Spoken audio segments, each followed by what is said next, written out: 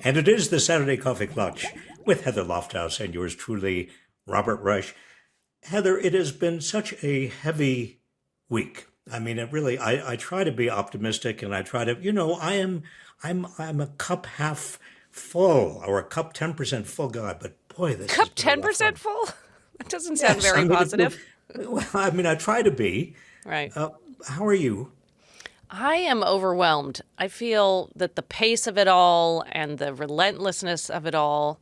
I mean, yesterday I was thinking, oh, we'll do the coffee clutch and I'll talk to Bob in the morning and I can ask him questions and it's all so brutal. And then you wake up and it's like a new 100 new things have come through. And it's overwhelming. It's hard It to is stay overwhelming. above water.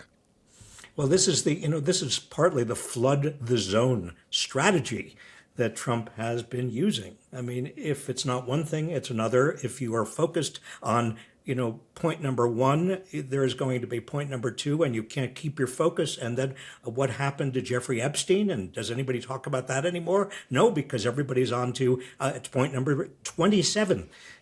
But then it's back to Epstein because we're releasing those files and then the Clintons and then blah, blah, blah. I mean, they go and then he brings them back. He's like conducting an off-tune orchestra from hell of I the mean, it news. is overwhelming is a very, very sad and good and horrible way of putting it. I know. And the tragedy, I mean, the fact that we have, and we'll talk about that. What do you want to talk about, by the way? What's your agenda? So my agenda is what's happening and has happened in Minnesota and where is that seeping out to other places. Also, I want to ask you about some of the economics and the happenings in D.C. We're seeing him sue the IRS, him being Trump. We're seeing a new chair of the Fed. So, but we really, come on, let's start with Minnesota and what's happening in terms of civil rights and what's happening in terms of journalism. So let's start with that. Well, there was a lot of hope, or a spark of hope, I should say, not a lot, when it looked like Trump and Kristi Noem were backing down because there was such an outrage with the tragic death that we really haven't talked about of Alex Petty, and Preddy, coming Alex Preddy. coming in the wake of the tragic death of Renee Good, and Americans suddenly seeing what is really happening, and that is Trump is creating a police state that is using state sanctioned terror. And there's no accountability. So there was a reaction. It seemed to be that the White House was reacting, and people that I note really breathed a a sigh of relief because Tom Homan is replacing Greg Bavino, and Bavino was such a was awful. But Heather, I'm not sure Homan is going to be much better. Do you think? No, of course not. Trump doesn't put better people in. He puts more manipulatable. Manipulable. Well, because I mean, remember Homan. Let's just recall he was the object of an FBI operation. He took $50,000, Yes. and and of course the Trump Justice Department then dropped charges against him. This is another example of Trump and Trump Justice not wanting to go after white collar crime, but what do? They go after people in Minnesota who are here legally. But Tom Homan also was one of the architects. What was that called? It was called the zero tolerance policy that caused families to be separated Yep. in the first Trump administration. So Tom Homan is hardly an angelic, moderate figure coming into Minnesota or into the Department of Homeland Security's operations with No regard way. to trying to, do this more responsibly. I don't have any faith at all in him. I don't either. But it did, you're exactly right that it felt for a minute like, ooh, maybe, it was kind of like when we had, when Trump overstepped in terms of Greenland and there was Davos and then Europe kind of said, oh no, that's not happening. And they stood up to this bully and he couldn't keep marching forward. He retreated a bit. And so it felt like after the murder last Saturday that there was a little bit of a pause. It felt like a pause on, you're right, on foreign policy and also domestic policy. But then, you find out that what is the Justice Department doing? They arrested Don Lemon. Yesterday. In L.A., he was going to be there for the Grammys. In Los Angeles. I mean, he's a journalist, and the whole the whole notion that they can arrest somebody because why what Kristi Noem is saying and what Pam Bondi is saying is that they're arresting him because he took part in a protest. He was covering the protest, and the protest moved into a church, and now they're using some law that says you cannot interfere in a church service. This is, we have something called the First Amendment. Hello. Hello? I know. Not only are they going after protesters, not only are they going after people who are here legally, but they're going after people who are covering the protesters. And to me, this is what you hear about in other countries. I mean, you hear the state of the press and journalism in other countries, whether it's Iran or... they were saying we have to immediately handle this.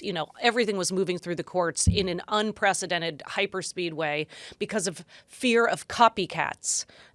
All of this stuff is just made up. This is controlling a narrative. This is not legal. That's right. And the federal courts are trying to constrain this machine. There was a federal judge in Minnesota, the Minnesota District Court, who they wanted to, the Justice Department and the Department of Homeland Security, they wanted him to actually force the arrest of Don Lemon. And he said... And others. No, and others who were working with Don Lemon and others who were protesting. And the district court judge chewed them out. And he said he had checked with every other judge in the entire district, and they all said they'd never seen a Justice Department out of control like this. Mm-hmm. Well, yep. This is Trump's police state. It is not getting better. I wish I could. Again, I want to be looking at the positives, but Heather, it's not getting better. It is in many, many respects getting more outrageous. And it wasn't just Don Lemon. It was another journalist named Georgia Fort as well. And then at the same time, I don't know if you saw this, but Carrie Lake, who is in charge of, I forget what her exact title is, of Voice of America. So she's here praising Trump on this network. Praising. And people are saying, this is not journalism. Is this legal? It doesn't, it's kind of the most obsequious, over-the-top worshiping of this man from a journalist in a news program at the same time that Don Lemon's been arrested. And remember, Voice of America used to be, it had to build up credibility over years because many, not only Americans, but to the extent that anybody listened to it in the United States, but all over the world, they were suspicious that it was like many other state-sponsored outlets, that it was going to just simply toe the party line. And it built up its credibility by sometimes criticizing Democratic administrations, Republican administrations. But now you have just pure propaganda. Yep. Carrie Lake is the propagandist in chief. I know it. Yesterday, I was teaching my 13-year-old son. I was helping him with his math. So he's in 7th grade and he's doing negative numbers. And I literally used Trump's polling as examples of when you add together two negative numbers, how you get more negative. And I'm not kidding. Was he feeling more negative? He was like, oh, yeah, that guy. He's not a big fan of Trump at 13. But I just find it's hard for me these days to maintain kind of normalcy for that child and then do my day job and then come. It's too much, Bob. It's too much. I know. The list of... the murders and then the reactions to the murders. And also then you read, too, about all the facial recognition software that ICE is using, that Palantir is providing. And this police state. Well, it is a police state. And you pointed out the poll numbers. That's the good news. Poll numbers are dropping. They're dropping really very, very fast. Which, in light of the fact that in 9 months and 1 week, we're going to have the midterm elections. So we're already in the gravitational pull of the midterms. But that's, I'll tell you, it gives me some confidence that Americans are seeing through what's happening. They're not believing Donald Trump. They're not believing Carrie Lake. They're not actually succumbing to this propaganda deluge. And that's based on the polls, or that's based on the community showing up in Minnesota and other places, even yesterday? I think it's all of it, Heather. It gives me some positive feelings. I mean, there is a community response in Minnesota and other communities. I don't know if you saw the response. San Diego had a big pro Minnesota, pro the people of Minnesota, anti-Trump rally a couple of days ago. Yeah, yesterday a lot of people were doing it. So I think the American people are learning what's going on, and I think that people are upset, and that's good.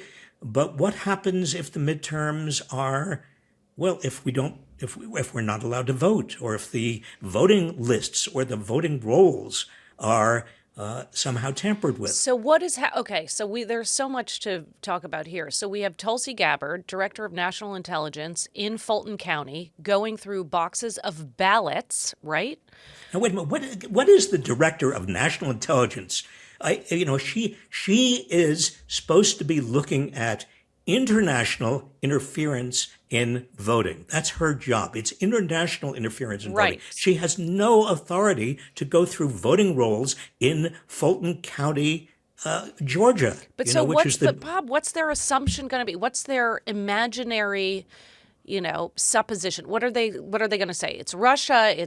They must have some cockamamie plan, right? Well, I haven't heard any cockamamie. I think what's happened actually in terms of the dynamics of the Trump White House is that, he's getting crazier and the sycophants around him, all of his cabinet officers, instead of protecting the public from his craziness, what they are doing is they're competing for his favor. And I know. and Tulsi Gabbard, she was kind of pushed out. She didn't have a role, and now she feels that her role is going to be, tampering, let's face it, tampering with the voting rolls in state after state. And Pam Bondi, right? And Pam Bondi is doing exactly the same thing. Pam Bondi and the Justice Department, they have tried to get their hands on voting rolls in every state. They're suing half of the states because the states are not turning over their voting rolls as readily as Pam Bondi wants it. In Minnesota, that's what Pam Bondi wants. She told Tim Walz that she wanted the voting rolls there. What's the excuse for getting the voting rolls? I don't know, but this is a serious attack on democracy. And are we worried about the midterms? I mean, is this setting the stage to be able to say everything was stolen, or to just do it corruptly, or to...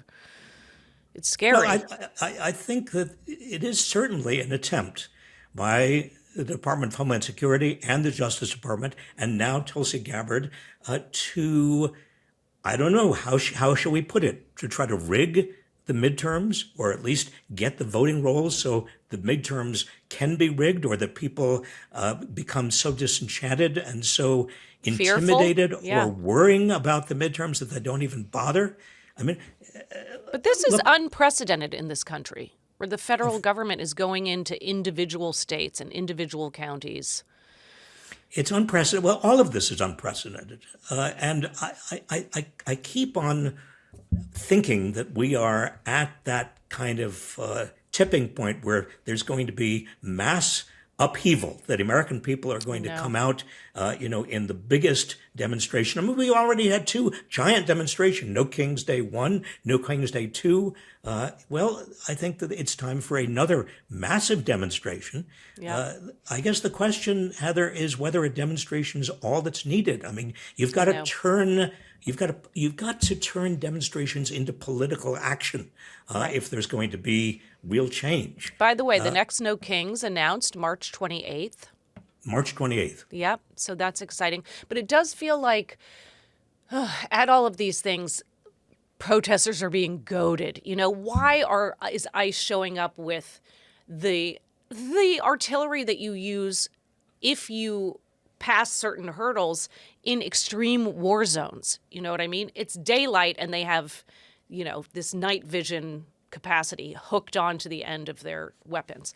I mean, I do think there's a goading going on and that they would really hope for some real violent protest. And people are saying, no, we are here and we are going to do what's legally our right to do. And it is peaceful and it is active.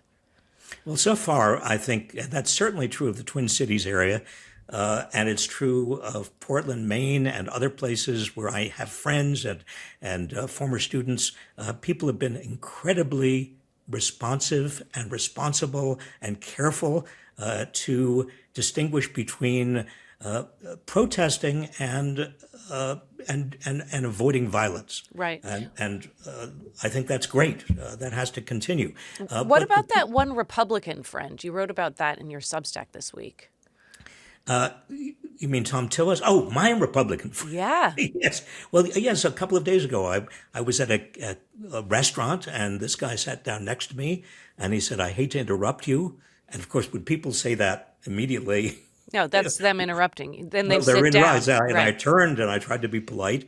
I'm kind of conspicuous, and so people do sit down next to me, and they want to talk politics. And he said, I was a Republican from New Hampshire, and I just want you to know that with regard to what's happened in Minnesota and elsewhere around the country, I'm no longer a Republican. My friends are no longer Republicans. But what really got to me, he said to me, was not so much the federal troops and federal agents in Minneapolis, but what really got to me was the reaction of Trump and Noem and Miller and all of these people when they lied about what happened, because I could see the videos with regard to Preddy. I could actually Preddy. I saw what actually happened. I saw that he was murdered, and I'm not going to be a Republican anymore.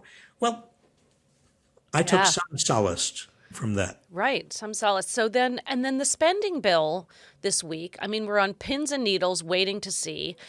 We have DHS was pulled out, right? So we're not having a government shutdown. We have 2 more weeks where they're going to hash out what's going to happen in terms of what additional funding DHS would get, because they've already gotten a bunch in the big ugly bill. But do you consider that a win? What is happening in terms of the negotiation tactics?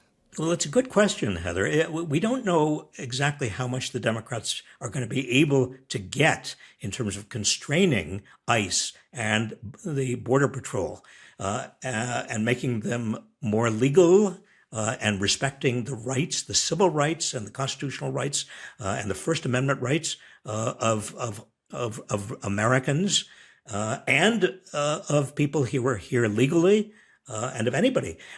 We don't know yet. And what worries me is that the Democrats did allow the rest of the federal agencies, the other 5 or 6 departments that were together in the original appropriation bill with the Department of Homeland Security. The Democrats said, okay, we agree, we'll let you go on and be fully funded. Well, that reduces their bargaining power. That reduces their bargaining leverage hugely. The Department of Homeland Security already has more money, and ICE has more money than it knows what to do with because it got it in the big ugly bill, remember. So I think Democrats gave away some bargaining leverage. And I wish I were confident that over I the next know. That's what I was thinking. But I feel like their messaging, I mean, we have talked about this. Everyone has talked about it ad nauseum. But it's like I keep waiting for them to say, someone to rise up and kind of start taking up some of the air in the room with some savvy responses to stuff and some call outs and some, I don't know, phrases that embolden people. But I feel like everyone just is eye rolling. But who do you want? I mean, you're talking about Democrats? Yeah, Democrats. Well, who do you, I mean, Chuck Schumer. I don't think Chuck is going to rise to the occasion for this he's messaging moment. I mean, Chuck Schumer is not, Mr. Charisma. He's not going to do it. But I And know he's trying hard over the there. mayor Mamdani of New York is not going to be a Well, he's got a job spokesperson to do. for the God help Democratic, him. exactly, for the Democratic Party. I mean, what senators are emerging as spokespeople for the I Democratic know. Party? How about Gavin Newsom? I Is know. he emerging? Is he coming out with the kind of things that you're saying Democrats need to I do? mean, The zingers, he had funny stuff on Twitter, but it wasn't enough to make up for everything else, I think. I don't know. I mean, I still have a lot of faith in, well, people like Ro Khanna and Mark Kelly, Senator Mark Kelly from Arizona, I think is terrific. But nobody is emerging as the person you are seeking, I know. who is really galvanizing the public around what is happening now. Right. Well, we did see, I mean, this Ilhan Omar stood up to this man who lunged at her and had this syringe and squirted her with something stinky, is what we knew for a while. Now it's understood to be apple cider vinegar. Isn't she amazing? I mean, in terms of courage, just the strength of that woman. She said she I don't know if you saw the video of what happened. Yes, I did. She Multiple angles. she did not flinch. I mean, Nope. she basically stood her ground. She went I think, straight towards him. yeah. Straight towards him.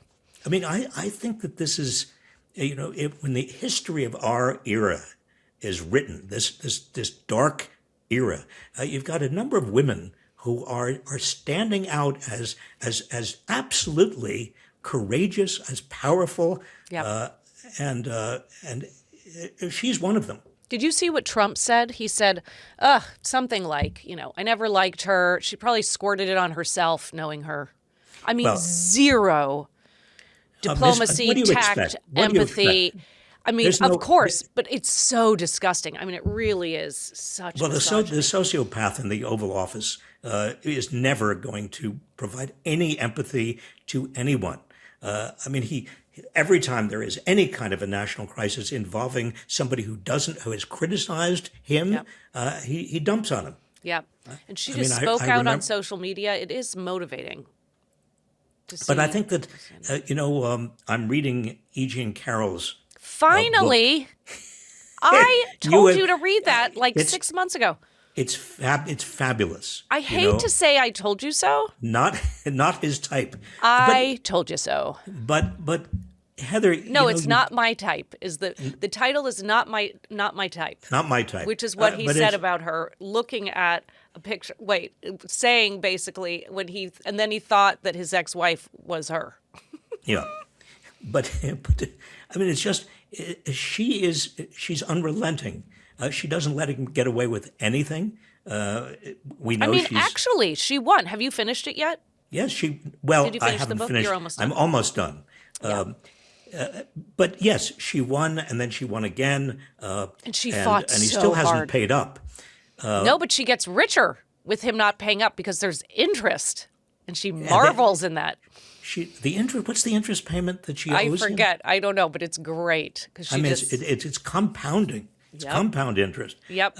But what I was thinking about was, if you look at Letitia James and Nancy Pelosi and our former Vice President Harris, I mean, all these women, these powerful women who have stood up to Donald Trump, and he can't stand it. I mean, particularly a powerful woman of color. I mean, he just can't stand it. He just gets under his skin. I know.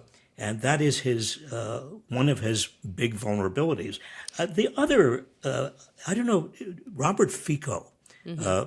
He said something. This is the president of Slovakia. Now, I have never heard of the president of Slovakia before this, but he said something last week to the leaders of Europe about his meeting with Donald Trump just a few days before in Mar-a-Lago, and he said he was very concerned about Trump's mental state.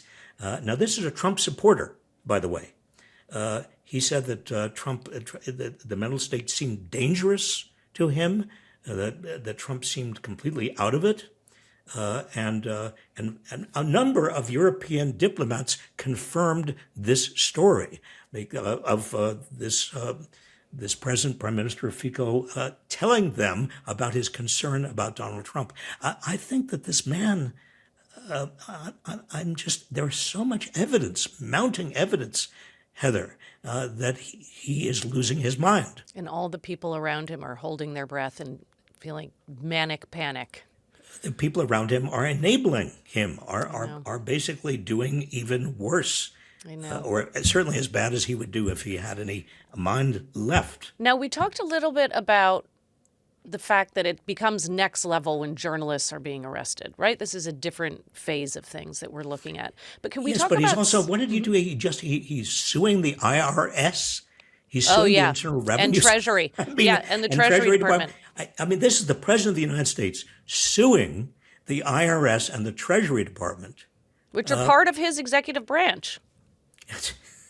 Right? So he's suing them for $10 billion because there was a leak of his tax returns, however many years ago. Let's remember that previous presidents all released their tax returns, by the way, even Richard Nixon. And so he is livid. So there was this person who leaked tax returns of Donald Trump and a whole bunch of other ultra high net worth individuals.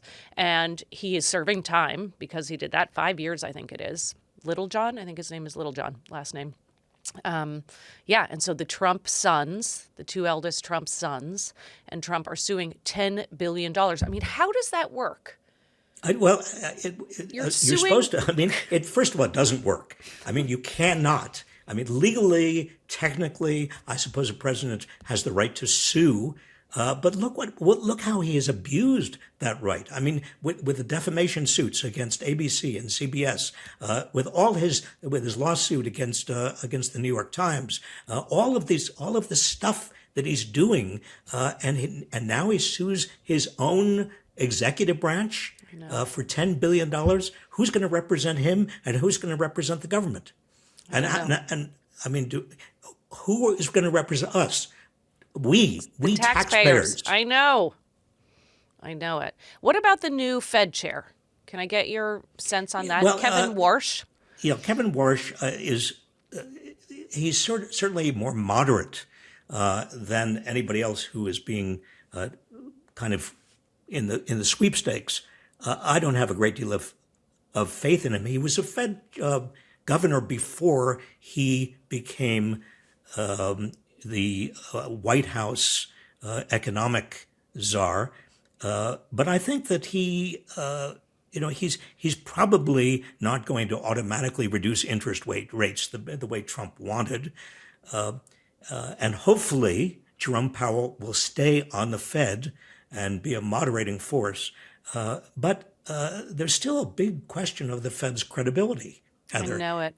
And did you see Trump, a huge Truth Social post just ripping into Jerome Powell and being awful. Well, the trouble is it does no good because, and I want to make sure that everybody out there understands this point, because your interest rates, mortgage interest rates, auto loan interest rates are really not going to go down even if the Fed officially reduces interest rates at Trump's urging, because everybody who lends money is going to worry about inflation getting more out of control because there's nobody controlling inflation. The Fed is not any longer controlling inflation, which means long-term interest rates go up on mortgages, on auto loans, and so you end up worse off than you were originally.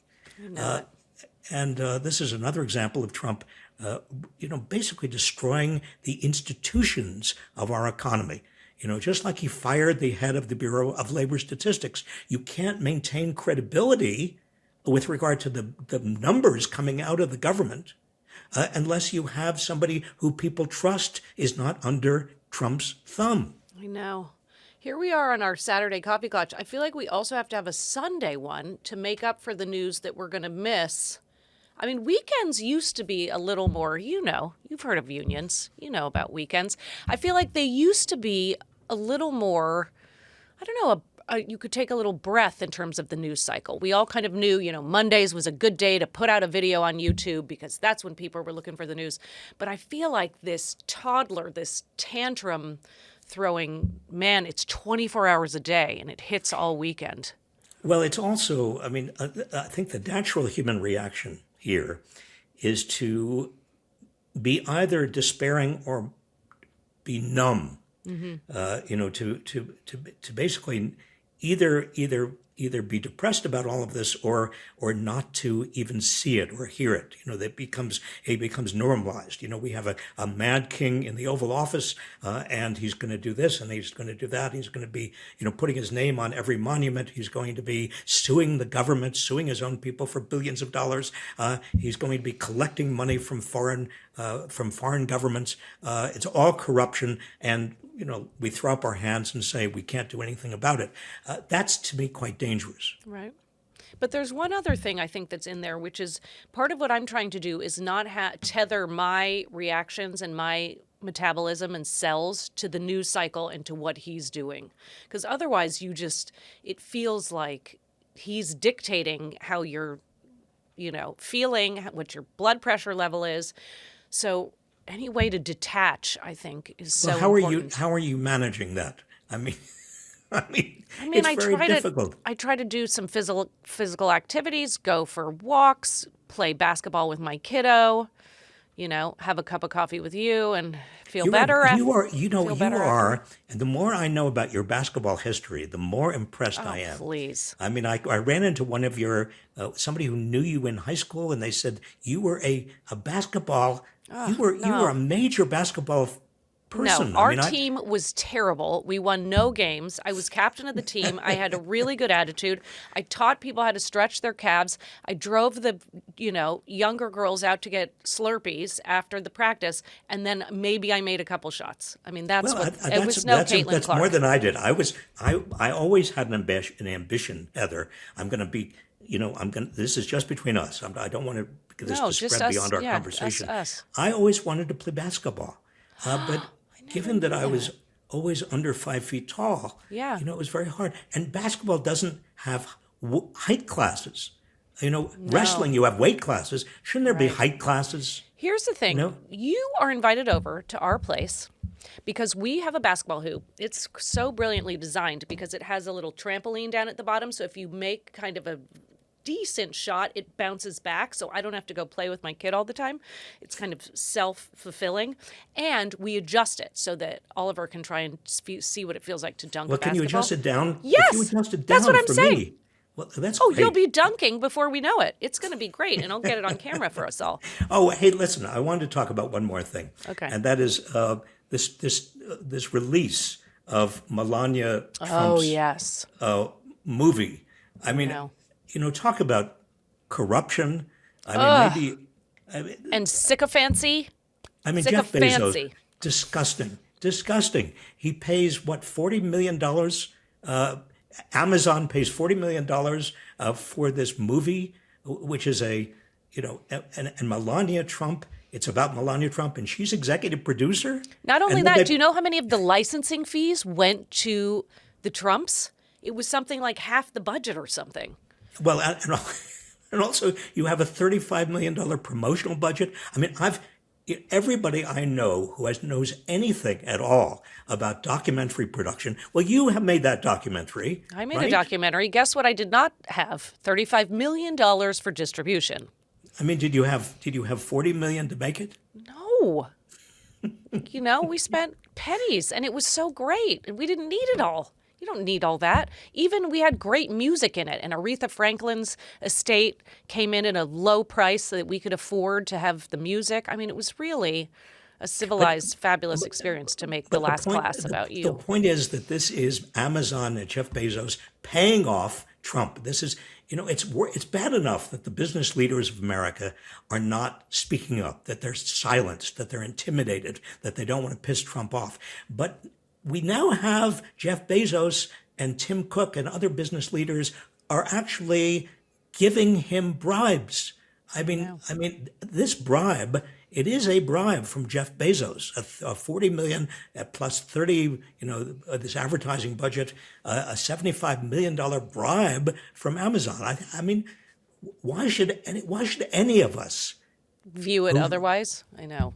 Well, why should any of us buy anything through Amazon if he's going to make what is essentially an illegal bribe of our chief executive. And of course, they showed a premiere at the White House the day that Alex Preddy was murdered, and everyone rallied and went to that. And then it was at the Kennedy Center, which I'm not saying a different name for.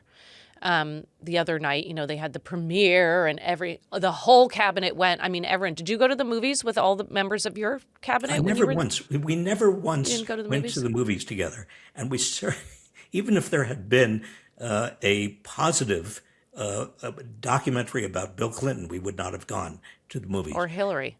Or Hillary. No, we never did. It's so, like that. and also then you saw lots of people weren't going to the theatrical premieres in other cities.